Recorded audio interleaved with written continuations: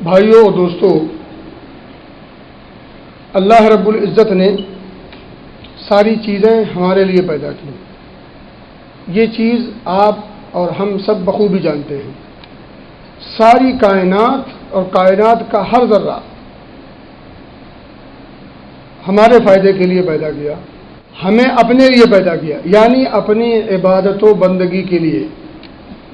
اسی چیز کو اللہ رب العزت نے قرآن میں بہت واضح طور پر فرمایا، وما خلقت الجن والانس الا لیعبدون، کہ میں نے انس و جن کو نہیں پیدا کیا مگر اپنی عبادت کے لیے۔ میرے بھائیوں اور دوستوں، یہ بات اگر مسلم ہے اور حقیقت ہے تو عبادت ایک تصور اسلام کے اندر جو ہے وہ دیگر ادیان و مذاہب میں ایسا نہیں ہے۔ دیگر ادیان و مذاہب میں اگر آپ دیکھیں گے تو عبادت کا تصور اور اس کا معنی یہ ہے، ایک رسم ہے، ایک پروسیجر ہے، بس اس کو کر لیں تو عبادت ہو جاتی ہے۔ لیکن شریعت کے اندر، اسلام کے اندر ایسا نہیں ہے۔ اسلام کے اندر ظاہری طور پر کچھ کام کروائے جاتے ہیں، جس کو ہم نماز بھی کہہ سکتے ہیں، روزہ بھی کہہ سکتے ہیں، حج اور عمرہ بھی کہہ سکتے ہیں اور کرتے ہیں۔ ہم ابھی بیٹھے ہیں کسی عبادت کے لیے، جو اصل مقصد ہے وہ ذرا غور کرنا ہے۔ اصل مقصد ہے انسان کے کردار کو سنوارنا،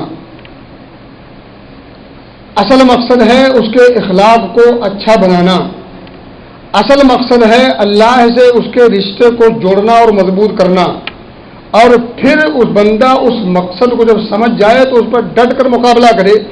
یہ ہے اصل مقصد۔ ورنہ ان نمازوں کا، اور دیکھیں ہماری زندگیوں میں نمازوں کا کوئی اثر نہیں ہے۔ نمازوں کا اثر ہماری زندگیوں میں کیوں نہیں؟ اس لیے کہ ہم نے اس کے صرف ظاہر پر عمل کیا ہے، اور اس کا باطنی جو مقصد ہے اور باطنی جو اس کی روح ہے، اس روح تک ہم پہنچے ہی نہیں ہیں۔ اگر روح تک پہنچے ہوتے تو ہماری زندگیوں میں نمازوں کا بڑا مثبت اثر ہوتا اور اس کے اثرات پوری دنیا پر چھائے ہوئے ہوتے۔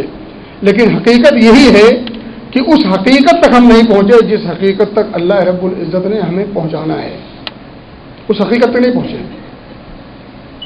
عبادت صرف رسم و رواج کا نام نہیں، عبادت صرف اٹھک بیٹھک کا نام نہیں، عبادت یہ ہے کہ ایک بندے کے اخلاق ہے اور اخلاق اس کا سنور جائے، کردار میں خوبی پیدا ہو جائے اور اعلیٰ اخلاق کا مالک ہو جائے، اور ان تمام کا نچوڑ یہ ہے کہ اللہ رب العزت سے اس کا رشتہ مضبوط ہو جائے اور تعلق باللہ اس کے ساتھ جڑ جائے۔ یہ ہے اصل بنیادی مقصد۔ میرے بھائیوں دوستوں، اسی لیے آپ دیکھیں ہم نماز تو پڑھ لیتے، نماز کے ظاہر کا ہم اہتمام کرتے ہیں، وضو کی بڑے اہتمام کے ساتھ چلے آئے، لیکن نماز کی جو روح ہے اس پر توجہ نہیں، خشوع کے ساتھ ہو، خضوع کے ساتھ ہو، نماز کی ادائیگی کے وقت بندہ رب سے جڑ جائے، یہ خوبی نہیں ہوتی۔ یہ جو باطنی اور روحانی جو کیفیت پیدا کرنی ہے وہ ہمارے اندر پیدا نہیں ہو پا رہی ہے، اور یہ پیدا کب ہوگی؟ جب اللہ رب العزت کی معرفت صحیح معنوں میں حاصل ہو جائے، اور اللہ کی معرفت بغیر پڑھے سیکھے سمجھے نہیں آ سکتی۔ ہم اپنی دنیا میں بالکل مست اور مگن ہیں، 24 گھنٹے ہم لگے ہوئے ہیں دنیا کے حصول کے لیے، اس کی جو ہے اس کو سنوارنے کے لیے، لیکن ہم نے کیا کبھی اللہ رب العزت کی معرفت کی طرف کبھی توجہ دی؟ کبھی اس طرف قدم اٹھائے؟ نہیں اٹھایا۔ جب اللہ کی معرفت حاصل نہیں ہوگی تو اللہ رب العزت کی حقیقت سامنے آئے گی نہیں، اور جب تک حقیقت سامنے نہیں آئے گی تب تک اللہ رب العزت سے تعلق صحیح معنوں میں جڑ نہیں سکتا۔ اللہ سے تعلق جوڑنے کے لیے ضروری ہے کہ انسان اللہ کو سمجھے اور پرکھے۔ کسی بھی چیز کو جب تک آپ نہیں سمجھتے، اس کی حقیقت کو، اس کی ماہیت کو اور اس کے فوائد اور نقصانات کو، تب تک اس چیز کی اہمیت آپ کے دلوں میں نہیں جاگتی۔ اس چیز کی اہمیت اس وقت جاگتی ہے جب آپ اس چیز کی حقیقت کو سمجھتے ہیں اور گہرائی میں جاتے ہیں۔ اللہ رب العزت کے معنی اور اللہ رب العزت کی حقیقت کو ہم نے سمجھا نہیں۔ معرفت کو حاصل کرنا پڑے گا۔ جب تک رب کی معرفت نہیں ہوگی تب تک ہماری عبادات میں خلوص و للہیت پیدا نہیں ہوگی، یہ لکھ لیجئے۔ اور خلوص و للہیت پیدا ہوئے بغیر عبادات میں نہ مزہ ہے نہ اس کے اثرات کو ہم پا سکتے ہیں. ہم نماز پڑھتے ہیں مگر اثرات نہیں مرتب ہوتے. نماز اللہ کہتا ہے قرآن میں نماز کا یہ اثر ہے تنہا عن الفحشاء والمنکر، فحش اور بری تمام چیزوں سے، چھوٹی بڑی جتنی ایسی چیزیں جو اخلاقی طور پر ناپسند ہو یا انسانی معاشرہ جن چیزوں کو ناپسند کرتا ہو، اللہ اس کے رسول جس چیزوں کو ناپسند فرماتے ہوں ایسی چیزوں سے نماز روک دیتا ہے. نماز کی یہ اصلی خوبی یہ ہے کہ وہ برائی سے روکتے ہیں. ہم نماز پڑھنے کے لیے آتے وقت بھی برائی کر جاتے ہیں اور نکلتے وقت بھی برائی کر جاتے ہیں، بلکہ نکلتے نکلتے کر جاتے ہیں. بلکہ دلیری اور ڈھیٹ پن تو یہ ہے کہ ہم مسجد میں بھی غیبت اور چغلی کر جاتے ہیں. اس کا مطلب یہ ہے کہ وہ عبادت جو اللہ کو مطلوب ہے وہ نہیں ہو رہی ہے. اور پہلی بات یہ ہے ظاہری طور پر بھی عبادت اگر ہو رہی ہے تو وہ کتنے فیصد کر رہے ہیں. یہی مسجد آپ دیکھ لیں آج ابھی کی اور 5-6 گھنٹہ پہلے بھی دیکھا ہوگا کچھ لوگوں نے اور 2-3 گھنٹہ بعد بھی دیکھ لیجئے گا. اگر یہ نماز دوسرے نماز کی آنے والی نماز کی طرف رہنمائی نہیں کرتی تو یہ نماز بے نماز ہے، لا حاصل ہے. نماز برائی سے روکے اور نماز کو نہ کھینچے، ایسا نہیں ہو سکتا. اچھائی کو کھینچتی ہے، برائی کو کھینچتی ہے. ایک انسان برے انسان کے پاس بیٹھتا ہے تو برائی کرتا ہے، اچھے انسان کے پاس بیٹھتا ہے تو اچھائی کرتا ہے. اچھائی کی رغبت بڑھتی ہے، شوق بڑھتا ہے، اچھائی کی طرف لپکتا ہے. اور جب برے لوگوں کے ساتھ بیٹھتا ہے تو برائی کی طرف اس کا رجحان جاتا ہے اور برائیوں میں وہ پڑ بھی جاتا ہے. اچھے اور اچھوں اور اچھائی اور برائی ان تمام چیزوں کا اثر ہے اور اس کے اثرات دیر سویر ہوتے ہیں. ایک آدمی نے نماز پڑھی اور اگلی نماز کی اسے فکر نہیں، اس کا مطلب یہ ہے کہ جو نیکی اس نے کی ہے وہ نیکی اس انداز سے نہیں کی ہے جس انداز سے کرنی چاہیے، دل سے نہیں کی ہے. اگر دل میں ذرا بھی اس کا مقام ہوتا اس عبادت کا اور للہیت ہوتی، خلوص ہوتا، تو یہ اچھا کام آپ کو اب دیگر اچھے کام کرنے پر مجبور کرتا. میرے بھائی دوستو، عبادت تقاضا کرتا ہے خلوص و للہیت کا، اللہ رب العزت سے لو لگانے کا، رشتہ جوڑنے اور مضبوط کرنے کا. ایک انسان صرف جمعہ کی نماز کے لیے آتا، کیا سمجھتے ہو عبادت کے لیے آتا؟ وہ اللہ کی رضا کے لیے آتا، اللہ کو خوش کرنے کے لیے نہیں. مجھے معاف کیجیے گا، نوٹ کر لیجئے، وہ رب کی رضا کے لیے نہیں آتا. وہ اس لیے نہیں آتا کہ اللہ رب العزت نے نماز فرض کیا ہے اس لیے آتا، نہ، وہ صرف اور صرف اس لیے آتا ہے کہ لوگ مجھے مسلمان سمجھیں اور مسلمانوں کی لسٹ میں اور رجسٹر میں میرا بھی نام ہو، بس.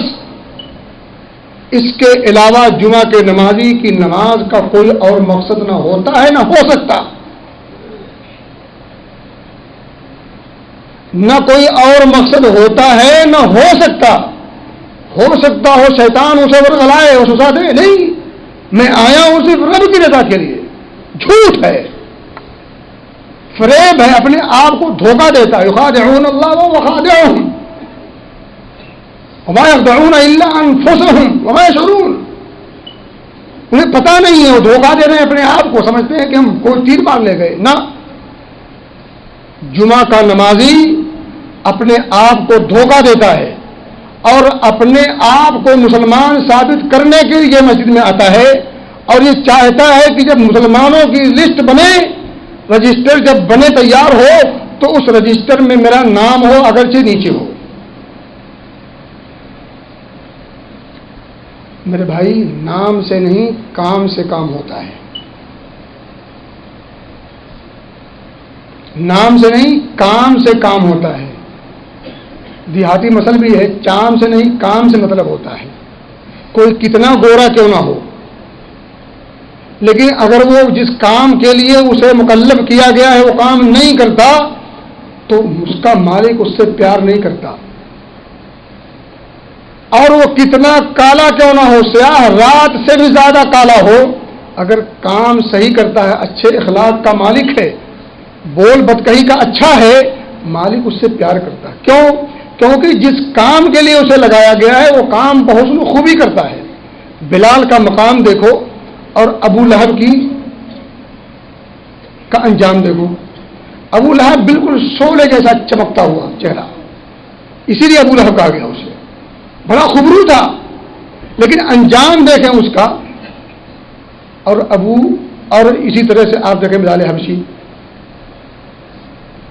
ایک نے مالک کے مالکیت کا حق ادا کیا ہے اور ایک نے مالک کے ساتھ غداری کی ہے اور مالک کے ساتھ جرم کیا ہے، تو جرم کی وجہ سے اس کو برائی سے آگے آتا ہے، اور مالک کے ساتھ جب آدمی ان کے کاموں کے ساتھ وفا کرے تو اللہ رب العزت ایسے لوگوں کے مقام و مرتبوں کو دنیا والوں کی نگاہوں میں پیدا کر دیتا ہے۔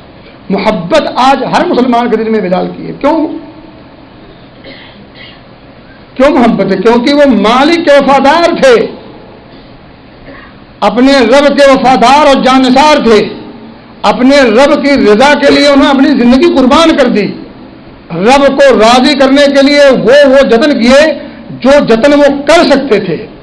اس لیے آج ہر مسلمان کے دل میں بلال حبشی کی محبت ہے۔ یہ محبت، یہ ایک جذبہ ہے، یہ ایک کیفیت ہے، اور اس کا تعلق دل سے ہوتا ہے۔ محبت دل سے ہوتی ہے، محبت دل سے ہوتی ہے، اور کبھی کبھی زبان سے ہوتی ہے۔ ہم نے محبت زبان سے کی ہے، دل سے نہیں کی۔ دل سے محبت ہو اور صرف جمعہ کے لیے نماز کے لیے آئیں جمعہ کے دن، اللہ کی قسم یہ ایسا ناممکن ہے۔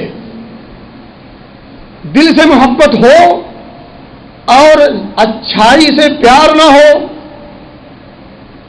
توحید سے محبت نہ ہو، رسول اکرم صلی اللہ علیہ وسلم کی لائی ہوئی تعلیمات سے لگاؤ نہ ہو، نہیں ہو سکتا۔ محبت دل کے جذبے کا نام ہے، اور دل سے جب کوئی بات نکلتی ہے تو اثر کرتی ہے، پھر اس کے اثرات مرتب ہوتے ہیں۔ مدینہ کی بستی میں یہ جو اثرات آج بھی آپ کو دکھ رہے ہیں، یہ ان جانثاروں کی قربانیاں ہیں، یہ ان کے ایمان کی جلا ہے اور اس کی ضیاء پاش کرنیں ہیں۔ وہ یہ ایسے نہیں ماحول وہاں دکھ رہا ہے آپ کو، یہ سکون کا، امن کا، شانتی کا، دلوں کے لگاؤ کا، کھچاؤ کا، یہ ایسے نہیں ہے، قربانیوں کے بعد ملا ہے وہ۔ اور آج ہم پریشان حال ہیں۔ اللہ رب العزت سے جو محبت کا جو دعویٰ ہے، اس دعوے میں کھڑے اترنے کی ترکیب پیدا کرنا شروع کر دیں اور فکر مند ہو جائیں، یہ ماحول پھر بدل سکتا ہے، یہ فضا پھر بدل جائے گی۔ فضاؤں کو بدلنے میں دیر نہیں لگے گی، حالات کا سدھار ہو، فضا آپ کی سازگار ہوگی، اور حالات اگر بد سے بدتر ہوں آپ کے اخلاق کے، تو سماج بھی آپ کے لیے بد سے بدتر ہو جائے گا۔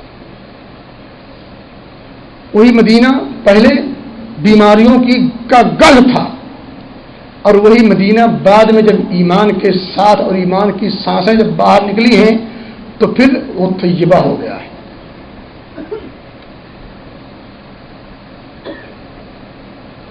اثرات ہوتے ہیں۔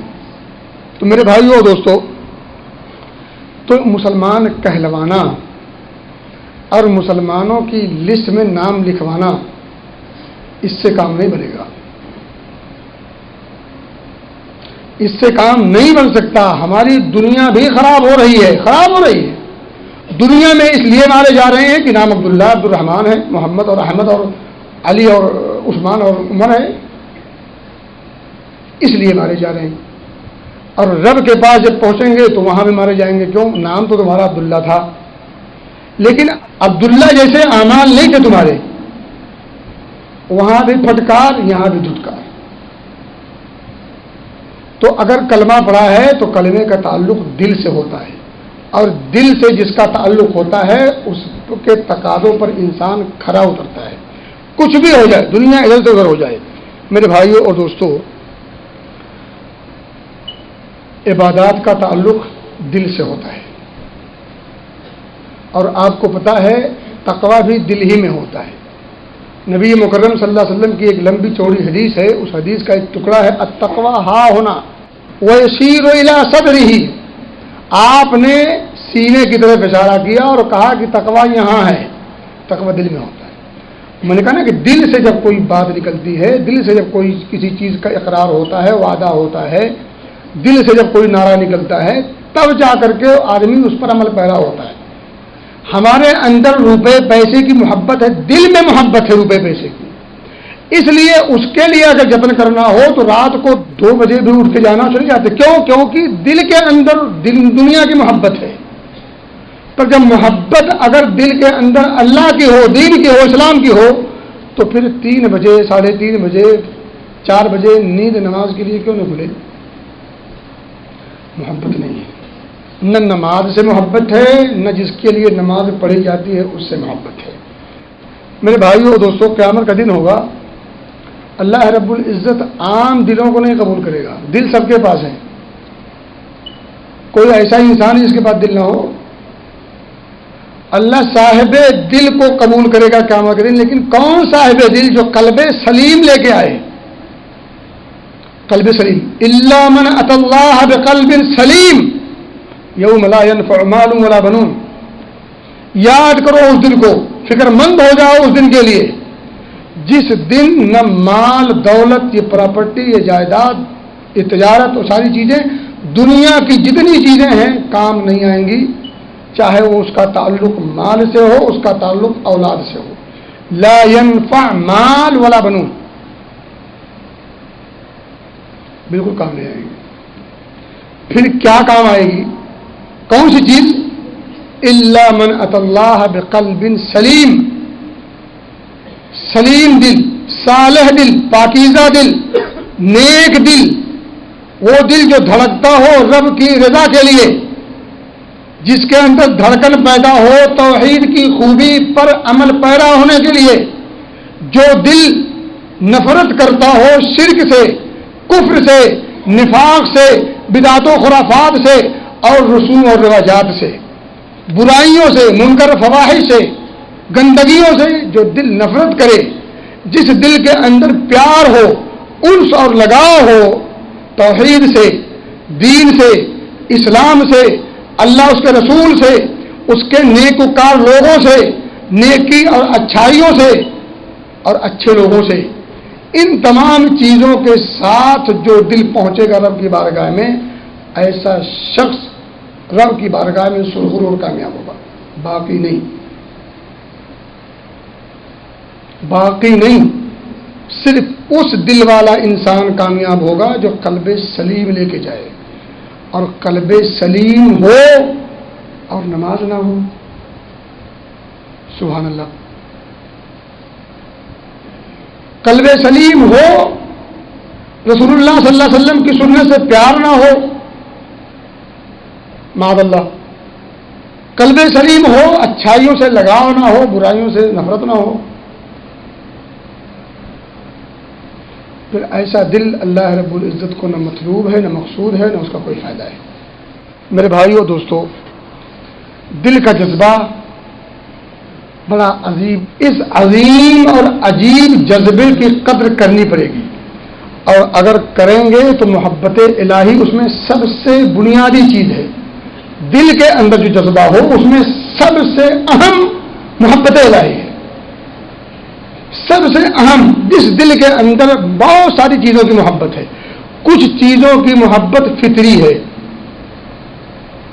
باپ کی محبت، بیٹے کی محبت، بیویوں کی محبت، قوم قبیلے کی محبت، تجارت کی محبت، بڑے بڑے گھروں اور بنگلوں کی محبت. ان تمام چیزوں کی محبت یہ فطری ہے، خود بخود پیدا ہوتی ہے.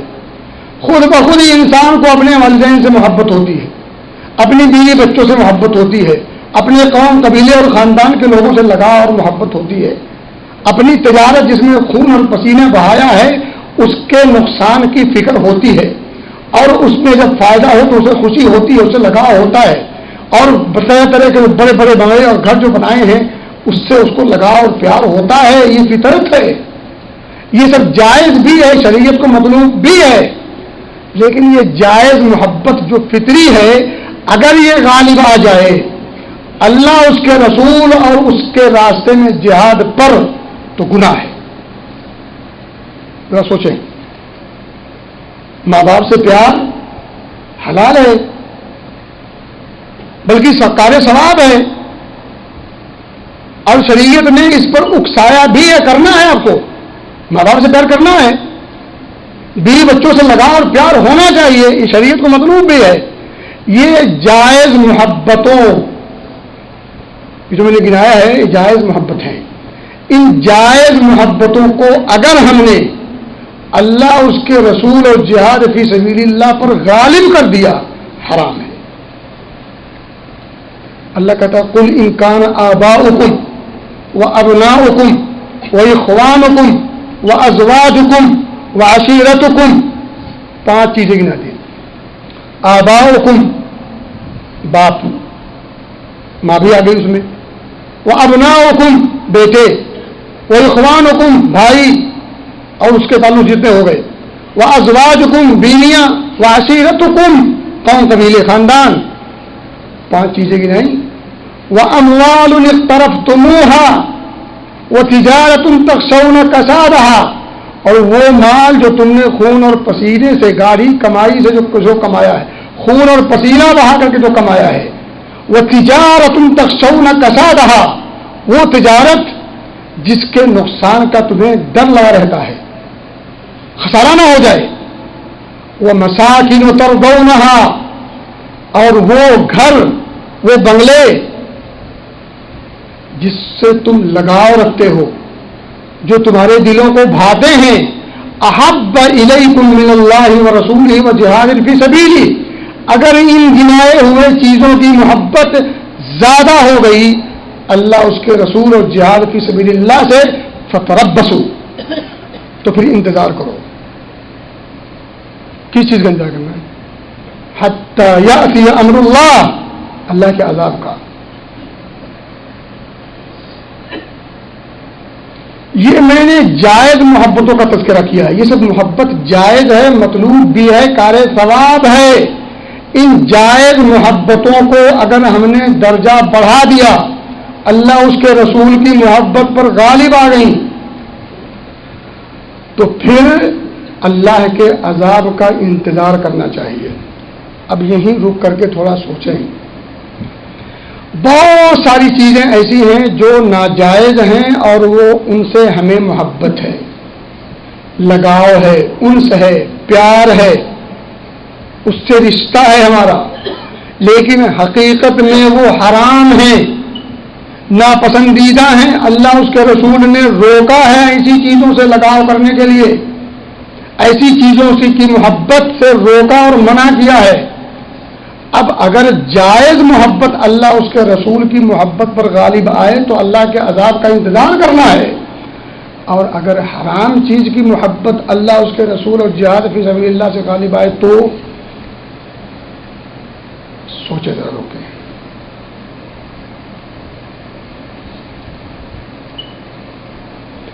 ایک طرف نیند ہے، دوسری طرف نماز ہے۔ مؤذن کہتا ہے الصلاۃ خیر من النوم، اور آپ بستر پر اے سی آن کر کے سو رہے ہیں، 2 محبت ہے، نیند کی محبت، چین و سکون اور راحت کی محبت، اور الصلاۃ خیر من النوم، رب کی محبت۔ 2 محبت آپس میں ٹکرا رہی ہیں بیک وقت۔ امتحان ہے، امتحان ہے، یہاں پر اللہ کی محبت کا امتحان ہے، یاد رکھیے، یہ نقطہ لے کے جائیے۔ آپ نے 2 محبت ایک ساتھ ٹکرائی، آپ نے کس کو ترجیح دی، کس کو فوقیت دی، کس کو اہمیت دی، کس کی بات مانی؟ ایک محبت نیند کی ہے، چین و سکون اور راحت کی ہے، دوسری محبت یہ ہے کہ ان تمام چیزوں کو جھٹکو، چھوڑو اور چل پڑو مسجد کی طرف۔ 2 محبت ایک ساتھ۔ ہم میں کے کتنے لوگ ہیں کس محبت کی طرف لبیک کہتے ہیں؟ یہ فیصلہ ہم خود کر سکتے ہیں۔ مجھے کہنے کی ضرورت نہیں. یہ بھیڑ خود فیصلہ کرے. فیصلہ کر سکتے. دو محبت ہے ایک ساتھ. اللہ کی محبت تقاضا کر رہی ہے بستر چھوڑ چل مسجد کی طرف پہنچ مسجد میں, اور نیند کی محبت تقاضا کر رہی ہے اتنی پرسکون آرام دہ نیند ہے, اس کو چھوڑیں تو کیسے چھوڑیں. میرے بھائی, اگر آپ نے بستر چھوڑ دیا تو گویا کہ رب کی محبت کے امتحان میں آپ کامیاب, اور اگر نہیں تو رب کی محبت میں آپ فیل. یہ فیصلہ ہم خود کر سکتے ہیں, اسی بستر پر ہم فیصلہ کر سکتے ہیں. اللہ کی محبت میں ہم پاس ہیں یا فیل, وہی فیصلہ کر لیجئے. ایک آدمی داڑھی چھیلتا ہے, ایک طرف اللہ کے رسول صلی اللہ علیہ وسلم کا حکم جو حکم ربانی ہے, دوسری طرف خواہشات نفسانی انسان کا نفس یہ کہتا ہے کہ چہرے پر یہ نہیں جچتی, نعوذ باللہ. خوبصورتی سے نہیں آتی, خوبصورتی دوبالا ہوتی ہے استرا چلانے سے. ایک محبت یہ, دوسری محبت اللہ اس کے رسول کا فرمان. اب استرا چلاتے وقت, بلیٹ چلاتے وقت دو محبتوں کا امتحان ہے. فیصلہ کر لیجیے. وہی استرا اگر آپ نے جھٹک دیا اور پھینک دیا, رب کی محبت کے امتحان میں کامیاب, اور اگر اس کے بعد بھی چل گیا تو رب کی محبت کے امتحان میں فیل. میرے بھائیوں اور دوستوں, اگر واقعی دیندار ہیں اور دین کے دعویٰ کرتے ہیں تو دین کا دعویٰ یہ عمل کو متلاشی ہے. دعویٰ کرنا کافی نہیں ہے. آپ یقین کریں, منافقین جو تھے مدینہ میں, وہ اتنی بڑی بڑی ہانکتے تھے ایمان کے حوالے سے. ان کے نعرے اور ان کے وعدے اور ان کے زبانی دعوے اتنے بڑے بڑے ہوتے تھے, صحابہ کے دعوے ہیچ کمتر ثابت ہوتے تھے دیکھنے میں. اللہ کہتا وَإِن يَقُولُوا تَسْمَعْ لِقَوْلِهِمْ, آپ سنیے تو یہ کیا کہتے ہیں. جب کہتے ہیں تو مار نعرے پر نعرہ. ہم بھی نعرہ مارتے ہیں, بڑے نعرے مارتے ہیں. جس وقت نعرے تکبیر لگاتے ہیں اس وقت اس تکبیر جس کی کبریائی کا گن گا رہے ہوتے ہیں, اس کی کبریائی کے گن گاتے ہوئے کون کون سے گناہ نہیں کرتے. اور جس کی رسالت کا نعرہ لگاتے ہیں, اور نعرہ بھی عجیب قسم کا ہے. رب کی کبریائی کا ہے تو اللہ اکبر, اللہ سب سے بڑا ہے. رسول کی رسالت کا نعرہ ہو تو یا رسول اللہ نہیں ہوتا. محمد الرسول اللہ یہ نعرہ ہے رسالت کا.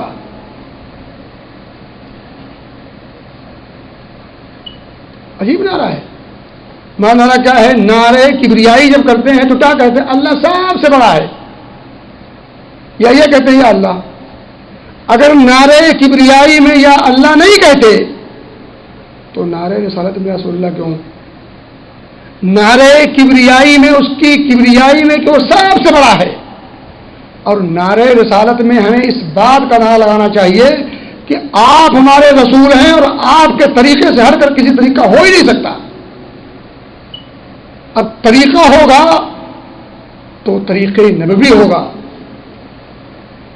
اور اس دو نعرے کے بعد تیسرے نعرے کی گنجائش میری سمجھ سے باہر ہے. تیسرے نعرے کی گنجائش میری سمجھ سے باہر ہے. کتاب و سنت کی جو مجھے کچھ تھوڑا بہت علم ہے, اس علم کی بنیاد پر میری سمجھ سے باہر ہے. کسی کی سمجھ میں ہو تو میں نہیں کہتا, لیکن بہرحال اسے اپنی سمجھ کو کتاب و سنت کی سمجھ کے حساب سے کرنا چاہیے. اس فہم کے حساب سے اپنی سمجھ کو کریں تو پھر بات بنتی ہے. خالی دل میں ایک بات آئی, جذبات آئے اور ابھرے اور اس پر عمل پیرا ہو گئے, اس کا نام دین نہیں ہے. جذبات کو کتاب و سنت کی کسوٹی پر پرکھنا ہوگا اور پھر اس پر کھرا اتار دیں تو پھر آپ مومن ہیں. میرے بھائیو اور دوستو, بہرحال آپ دعوے سے نہیں دلیل سے کام کریں. دعویٰ تو منافقین بھی کیا کرتے تھے, مشرکین بھی کیا کرتے تھے. مشرکین کا بھی دعویٰ تھا کہ ہمیں اللہ سے محبت ہے, یحبونہم کحب اللہ، وہ اپنے معبودوں کی محبت بھی کرتے تھے جیسے اللہ کی محبت کرتے تھے. ایک معنی یہ ہے. دوسرا معنی یہ ہے کہ اللہ سے ایسے ہی محبت کرتے تھے جیسے مومن اللہ سے محبت کرتے ہیں. تو محبت تو بھی کرتے تھے، لیکن ان کی محبت کس معنی کی؟ تو محبت ہو، محبت کا جو معیار ہے، جو تقاضا ہے، اس معیار، اس کسوٹی، اس ترازو اور اس تقاضے کے مطابق ہو تو یہ محبت کہلاتی ہے. تو اس کا الگ رنگ ہوتا ہے جو آنکھوں کو بھاتا ہے. اللہ ہمیں سمجھ کی توفیق دے اور عمل کی توفیق دے.